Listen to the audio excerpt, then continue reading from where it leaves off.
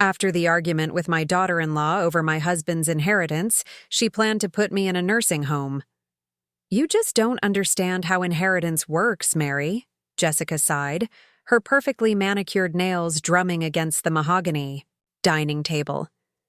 Richard would have wanted James and me to manage his assets properly. I stared at my daughter-in-law across the table, my hands trembling slightly around my teacup. At 70, I had thought I'd seen it all. But the way Jessica looked at me, like I was some confused child, made my blood simmer. I was married to Richard for 47 years, I said quietly. I think I understand perfectly well what he wanted.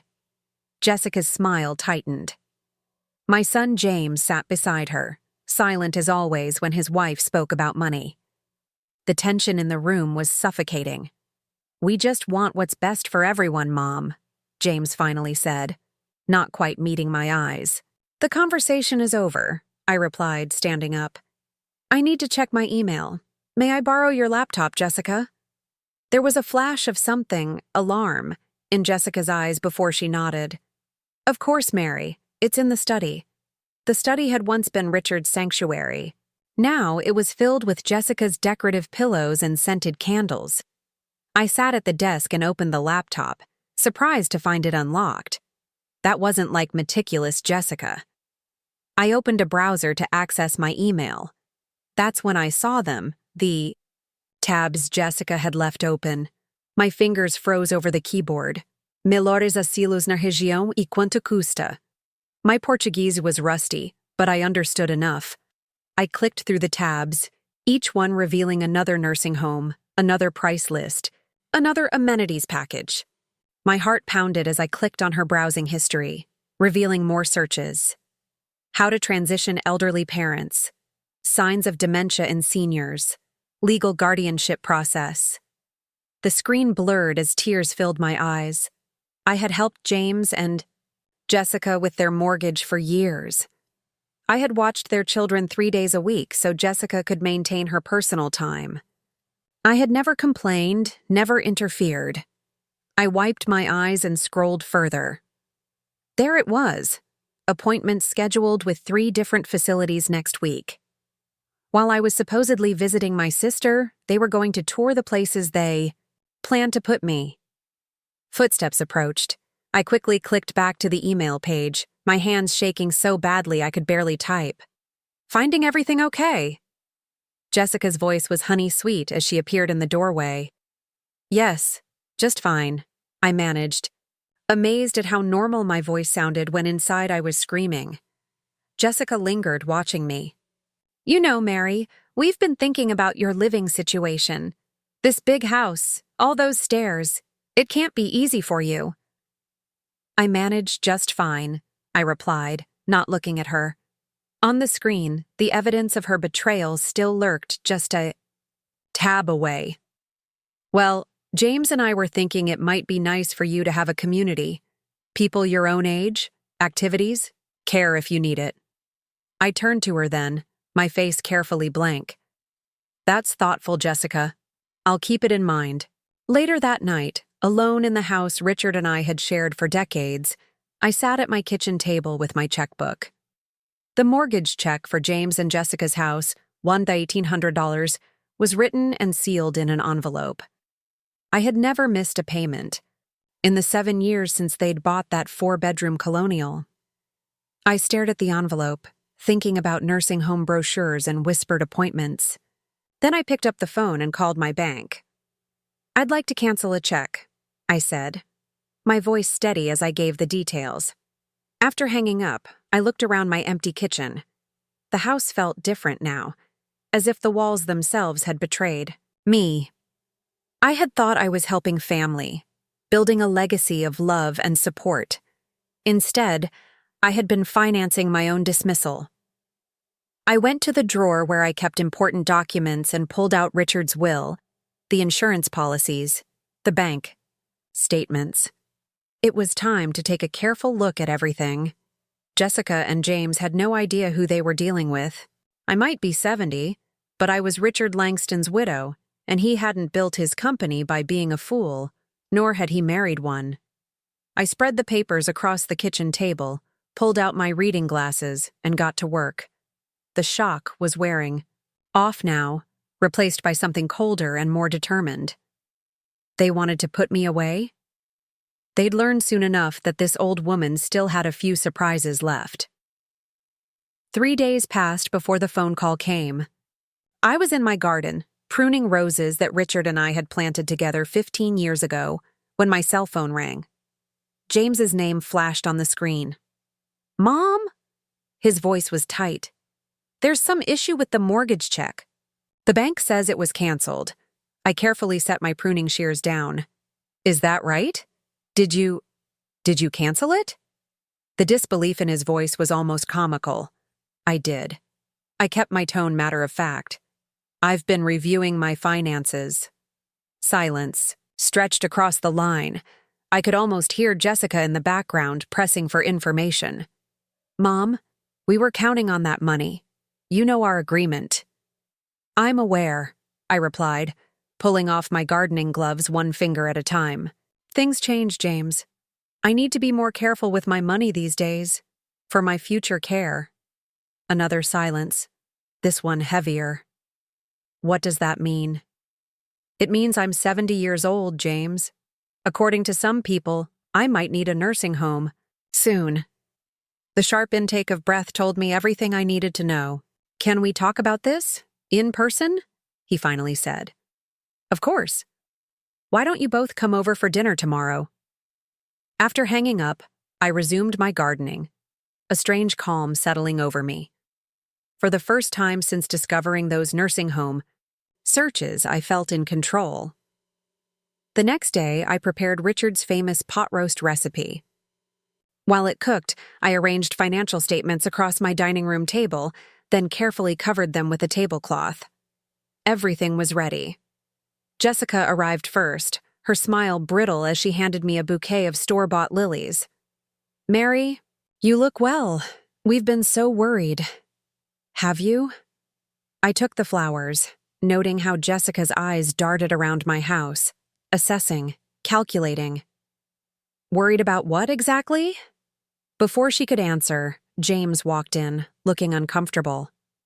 He hugged me stiffly. "Something smells good, Mom." "Richard's pot roast," I said, watching Jessica's expression sour slightly at my late husband's name. Jessica had always found ways to suggest Richard had been careless with money, that his business decisions hadn't been sound. Little digs that I'd let slide for James's sake. Over dinner, the conversation remained superficial until Jessica set down her fork and fixed me with what I recognized as her concerned look. "Mary, about the mortgage check. James and I are confused. You've always been so reliable." I took a sip of water. "Jessica, when you use my computer, do you always close your browser tabs?" Her face went perfectly still. Beside her, James looked. Between us, confusion evident. "What browser tabs?" he asked. "The ones about nursing homes," I said calmly. "The appointments Jessica scheduled while I was supposed to be visiting my sister next week." Jessica's face flushed. "I was just doing research." "Research?" I echoed. "Mom, what are you talking about?" James turned to Jessica. "What appointments?" Jessica recovered quickly, reaching for James's hand. "I was looking into options, that's all. For the future. Mary's been so forgetful lately, and this house is really too much for her." "Forgetful?" I raised an eyebrow. "That's interesting. What have I forgotten, Jessica?" She blinked rapidly. "Well, the other day you couldn't find your glasses." "They were on my head," I finished. "Hardly a sign of dementia." "Nobody said anything about dementia," Jessica snapped, then immediately softened her tone. "I'm just concerned about you living alone." I turned to my son. "James, did you know your wife has been researching nursing homes for me?" James's discomfort was palpable. We've discussed options. For down the road." "Down the road," I repeated. "And were you planning to include me in these discussions about my life?" "Of course," he said quickly, but his eyes slid away from mine. I stood and walked to the dining room table. With deliberate slowness, I removed the tablecloth, revealing the neatly arranged financial documents beneath. "Let's talk about why I canceled that check," I said. "Let's talk about what I've been contributing to this family and what I've been getting in return." Jessica's eyes widened as she stared at the papers. Records of every mortgage payment, every gift, every contribution I'd made since Richard died.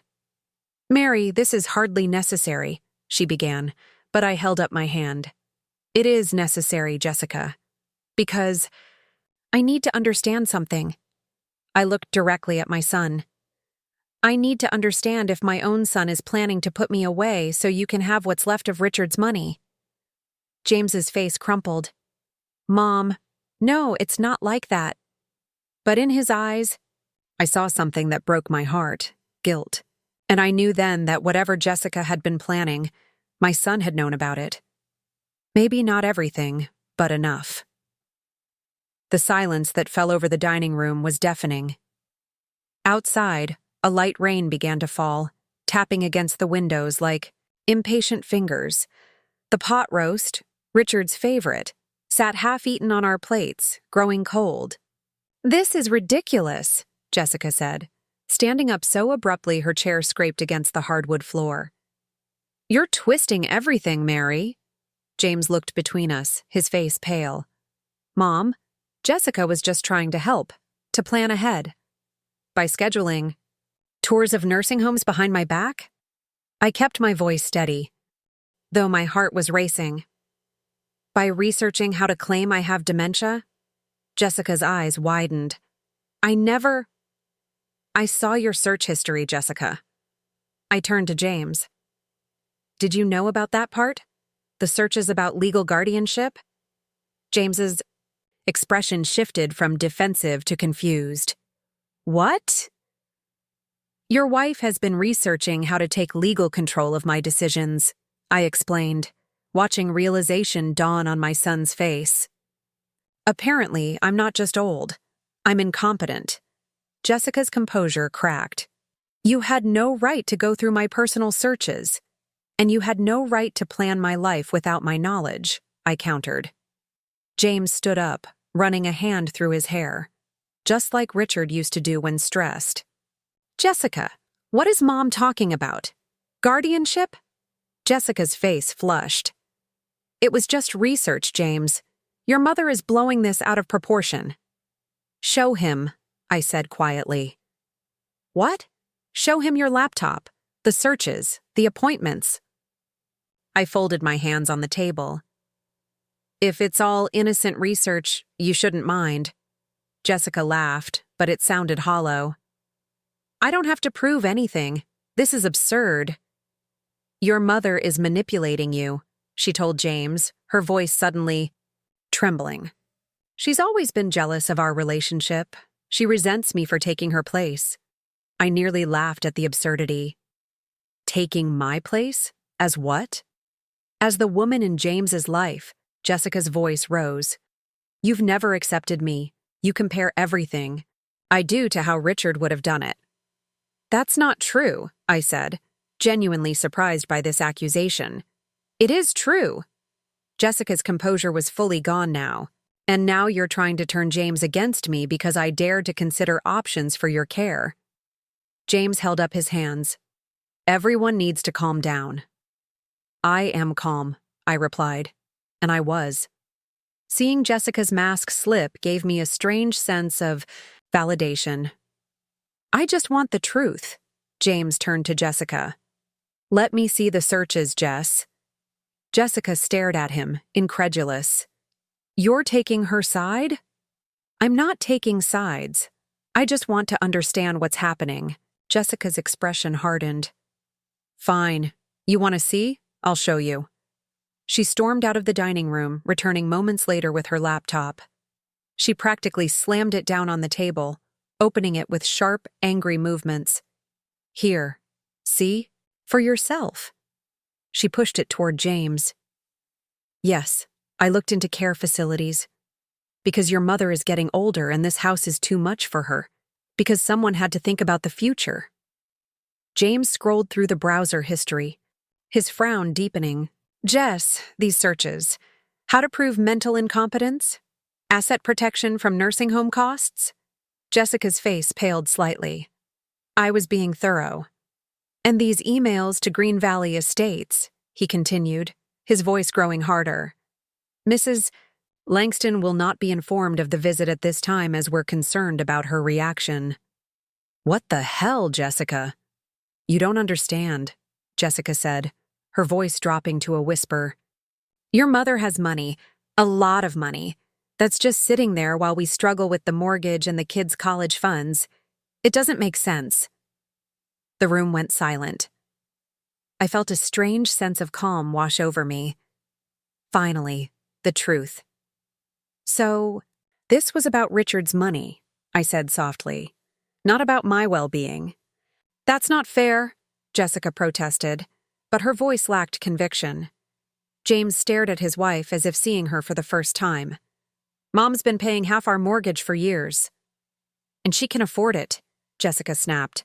Meanwhile, we're postponing renovations and cutting corners while she sits on a fortune that your father left. That he left to me, I corrected. His wife. James turned to me, his expression pained. Mom, I didn't know about any of this, about the guardianship searches or the secret appointments. But you knew about the nursing home plans, I said, not as an accusation, but as a fact. He nodded slowly. Jessica mentioned it might be a good idea someday, but not like this, not behind your back. Not behind her back, Jessica interrupted. We were going to present her with options after we'd done our research. Without consulting me first, I noted. Jessica threw up her hands. Because you're stubborn, because you'd refuse before even considering it. You don't know that, I said. You never asked. James closed the laptop, his movements deliberate. The silence in the room was deafening. I think, he said finally, that we all need some time to cool off. Jessica grabbed her purse. I'm going home. This was a mistake. Jessica, James began. No, I'm done being the villain here. I was trying to plan for our future, all of our futures. She headed for the door, then paused. And Mary? Don't expect any more dinner invitations, since we're all being honest now. The front door slammed behind her. James and I sat in silence for several long moments.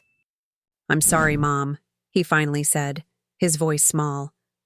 I reached across the table and took his hand. Did you really not know? He shook his head. Not all of it, not the worst of it. He looked up at me, his eyes, Richard's eyes, filled with shame. But I should have. The morning after the confrontation, I woke with a sense of purpose I hadn't felt since Richard died. I dressed carefully, choosing a navy suit I'd worn to board meetings when Richard and I ran the business together. Then I called a cab. First National Bank, please, I told the driver. Inside the bank, I asked to speak with a personal banker. A young woman named Melissa led me to her office. What can I help you with today, Mrs. Langston? I need to review all of my accounts, I said, and make some changes. Over the next hour, I learned that Jessica had indeed been busy. She was listed as an authorized user on one of my credit cards, something I had never approved. Multiple attempts had been made to access my investment accounts using my personal information. This is troubling, Melissa said. Would you like to file a fraud report? I considered it. Not yet, but I want to change everything. Passwords, account numbers, access permissions, and I want to remove any authorization for Jessica or James Langston to access my finances. Melissa nodded. We can certainly do that. Would you like to set up additional security measures? Everything you've got, I replied. By the time I left the bank, I had a new credit card, new account numbers, and a private banker assigned specifically to monitor my accounts for suspicious activity. My next stop was a law office downtown, Martin's. Walsh had been Richard's attorney for 20 years. He greeted me warmly, his handshake firm despite his 80 years. Mary, it's been too long. What brings you in today? I settled into the leather chair across from his desk. I need to update my will and power of attorney documents. Martin's bushy eyebrows rose slightly. I see. Any particular changes in mind? Yes, I said.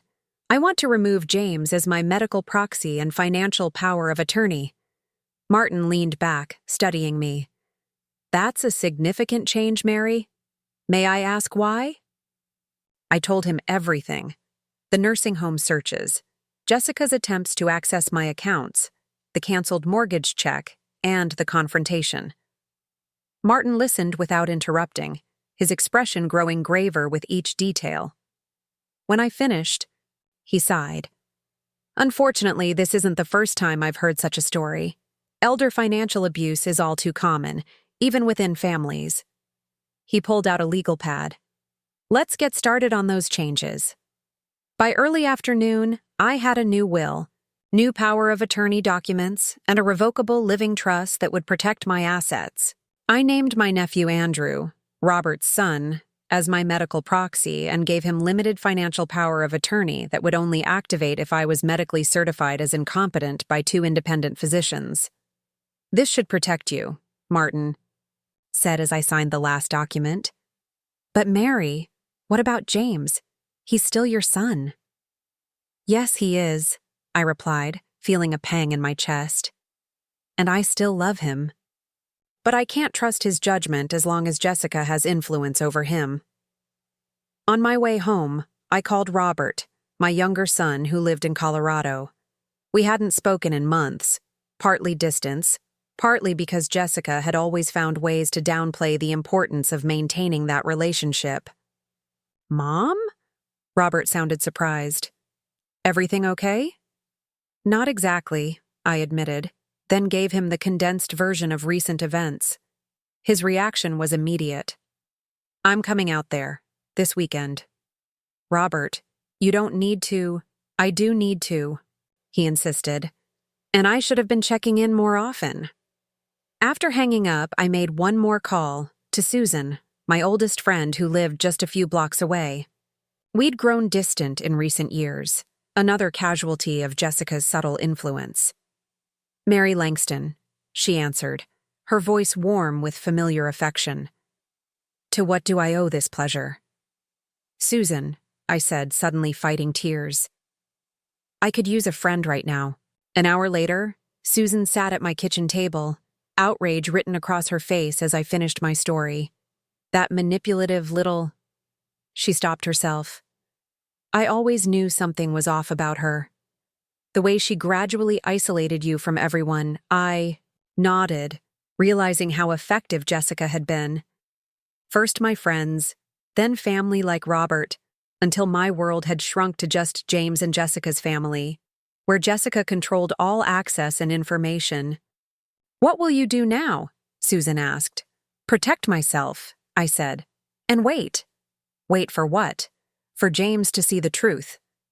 I twisted my wedding ring, the one Richard had placed on my finger half a century ago.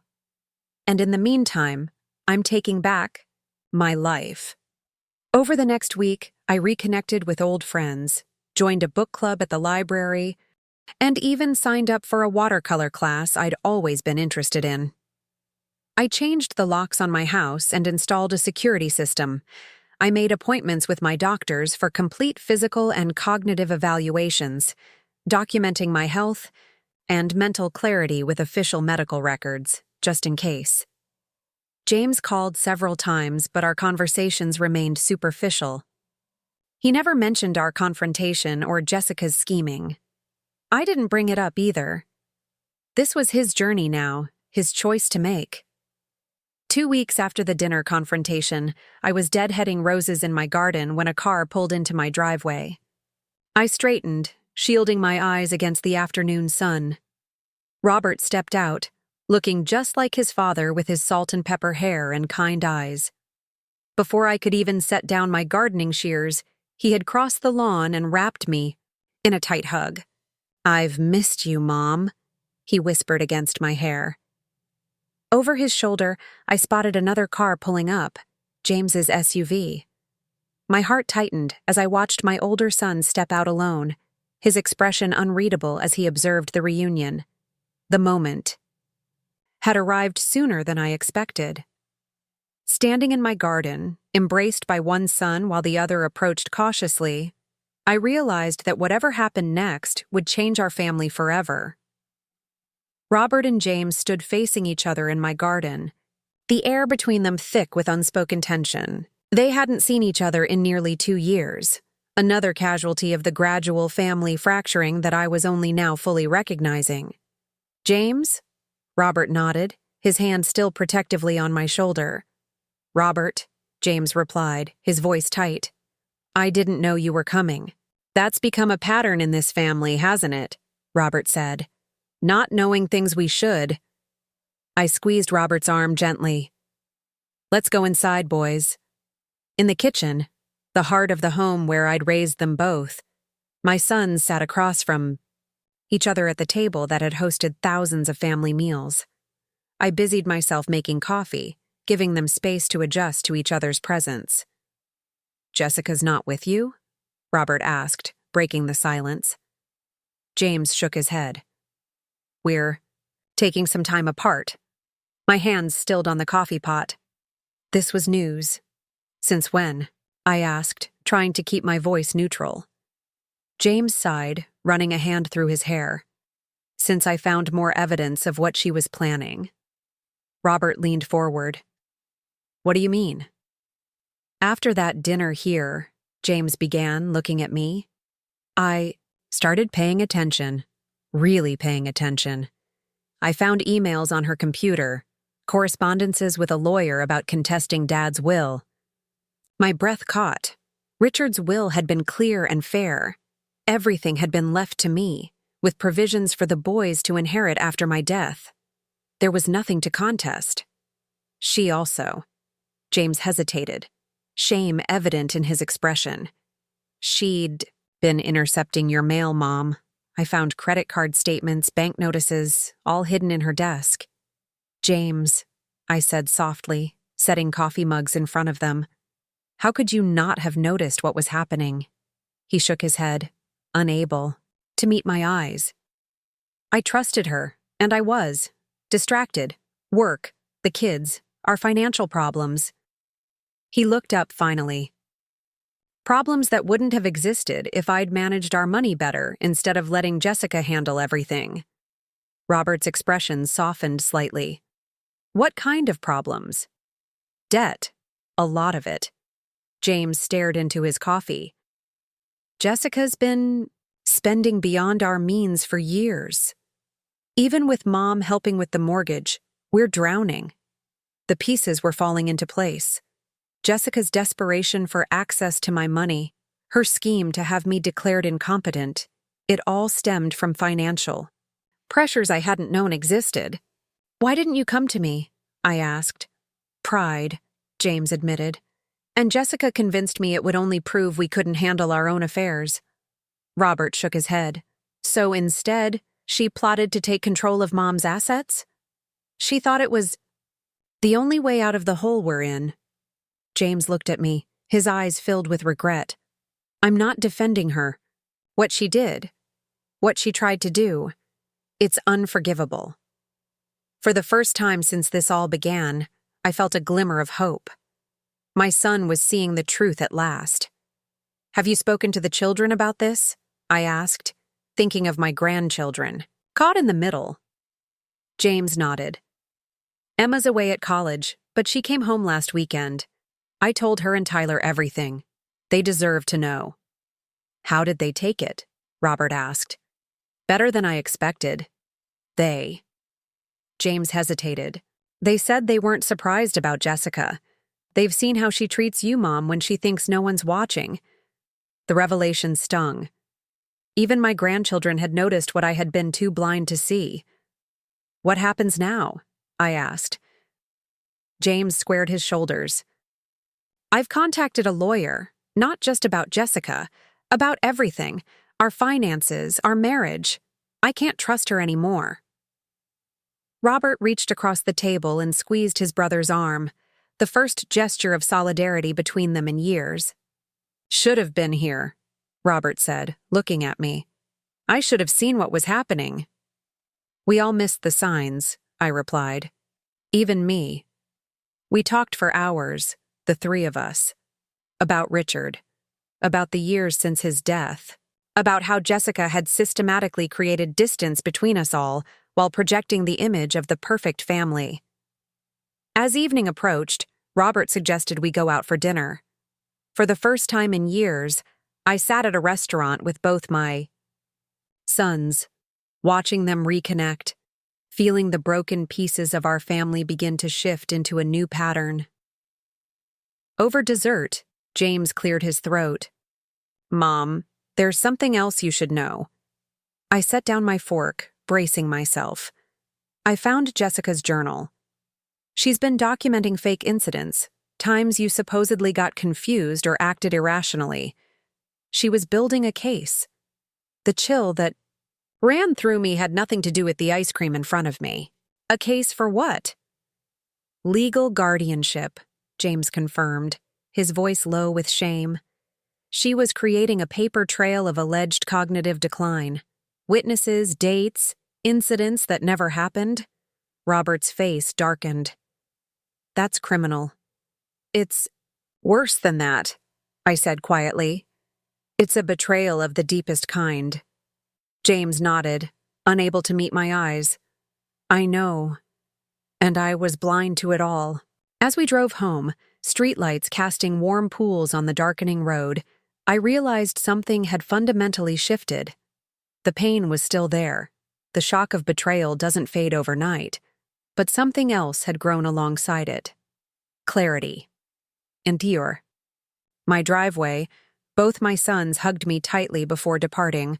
Robert to his hotel, James to the new apartment he'd rented. Standing alone on my porch, watching their taillights disappear, I didn't feel lonely. For the first time in years, I felt truly seen. Inside, I pulled out an old photo album. Pictures of the boys when they were small, of Richard and me in our prime, of family vacations and Christmas mornings. The family in those faded photographs was gone now, but perhaps something new, something honest, could rise from its ashes. 6 months passed, bringing changes I never could have anticipated. The seasons shifted from summer to winter and back toward spring, nature's reminder that nothing, not even pain, remains forever. James and Jessica's divorce was finalized in December. She fought it bitterly, especially when she realized that James had protected the children's trust funds, money that had come from Richard, from the settlement. In the end, she received the house and a reasonable financial package, but the emotional toll on everyone had been heavy. I watched my son rebuild himself during those months. James started therapy, reconnected with Robert, and spent more time with his children. He moved into a modest apartment near his office and began paying off the substantial debt Jessica had accumulated. We never discussed the mortgage payments I'd made over the years. They remained in the past where they belonged. On a bright April morning, as cherry blossoms dotted the neighborhood with delicate pink, my doorbell rang. I opened it to find James holding a small potted rose bush. "Peace offering," he said with a tentative smile. "For your garden."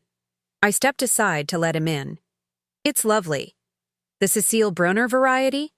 He nodded, pleased I'd recognized it. "Dad always said they were your favorite." We carried the rose to the backyard, where the garden was awakening from winter dormancy. James had come over every other weekend to help maintain it, a silent apology that meant more to me than words. As we dug the hole for the new plant, James wiped his brow and looked at me directly. "I met with Jessica yesterday," he said, "to discuss the kids' summer schedule." I nodded, waiting. "She asked about you," he continued. "Whether you were still angry." He shook his head, as if what happened was just a misunderstanding. "And what did you tell her?" I asked, tamping soil around the young rose. "That you weren't angry or bitter, that you'd moved on." He paused. That you were too busy living your life to waste energy on resentment.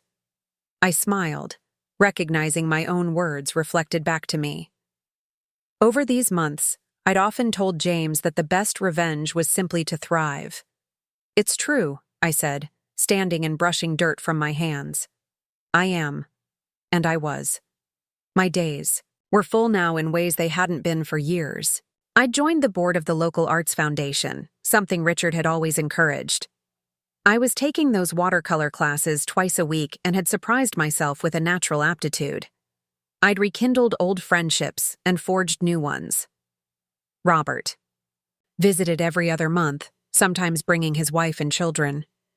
Last Christmas, for the first time in years, my home had been filled with family, genuine family, not the brittle facade that Jessica had crafted. Inside, over lemonade at the kitchen table, James hesitated before pulling an envelope from his jacket. I have something to ask you, he said. Emma's graduating next month. She wants you to come to the ceremony and the dinner afterward. Of course I'll be there, I replied. I wouldn't miss it. Jessica will be there too, he added carefully. I set down my glass. James, I can handle seeing Jessica. I'm not fragile. Relief crossed his face. I know you're not. It's just, I don't want anything to spoil Emma's day. It won't, I assured him. Jessica has no power over me anymore. Later that evening, after James had left, I sat on my porch swing watching the sunset paint the sky in brilliant oranges and pinks. My phone chimed with a text from Susan, confirming our museum trip. The following day, another message appeared from my book club, reminding me it was my turn to host next week. I scrolled through my calendar. Lunch with Robert's wife when she visited next Tuesday, a foundation meeting on Thursday, watercolor class on Friday. My days were full, purposeful. The phone rang. Emma, my granddaughter, calling from college. Grandma, she said when I answered, her voice warm. Dad told me you're coming to graduation. Wouldn't miss it for the world, sweetheart. I was hoping. She hesitated. Would you wear Grandpa's silver locket, the one he gave you on your anniversary? I'd like something of his to be there. Tears pricked my eyes. Of course I will. After we hung up, I went to my jewelry box and found the locket Richard had given me on our 40th anniversary. Inside was a tiny photo of us on our wedding day and another taken just months before his death. I held it in my palm, feeling its weight, remembering. Richard would have been proud of how I'd handled everything, not with dramatic confrontations or public accusations, but with quiet dignity and firm resolve.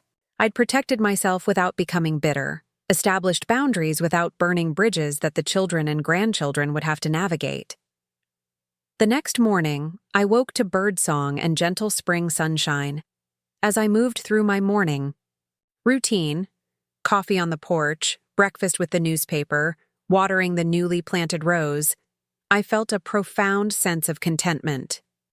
My 71st birthday was approaching, and for the first time, I was planning my own celebration, a small dinner, party with the people who truly mattered in my life. Robert and his family would drive in. James and the children would be there. Susan and friends from my various activities had all accepted invitations. There was a certain irony in it all. Jessica and James had been planning to put me away, to diminish my life to the four walls of a care facility and gain control of my assets. Instead, I was more independent and fulfilled than I'd been in years, while Jessica had lost everything that truly mattered. I hadn't sought revenge. I hadn't exposed Jessica publicly or tried to turn the children against her. I'd simply drawn my boundaries and stood firm. In the end, that quiet strength had been enough. That evening, as spring twilight settled over my garden, I sat on the porch with a glass of wine. From the street came the sound of children playing, their laughter carrying on the gentle breeze. A neighbor waved as she walked her dog past my house. My phone buzzed with messages from friends and family. This was victory, not dramatic or vengeful. but profound and lasting. I had lost a daughter-in-law but reclaimed my family. I had faced betrayal but found deeper connections. I had nearly been cast aside, but instead created a life rich with purpose and joy. Jessica had wanted to write the final chapter of my story. Instead, I had picked up the pen myself, authoring a new beginning that no one could take away from me. 2. Sun slipped below the horizon, painting the sky in deepening shades of purple and blue. Another day was ending. Another would begin tomorrow, and I would face it on my terms, in my home, surrounded by the life I had built, not despite what had happened, but because of it.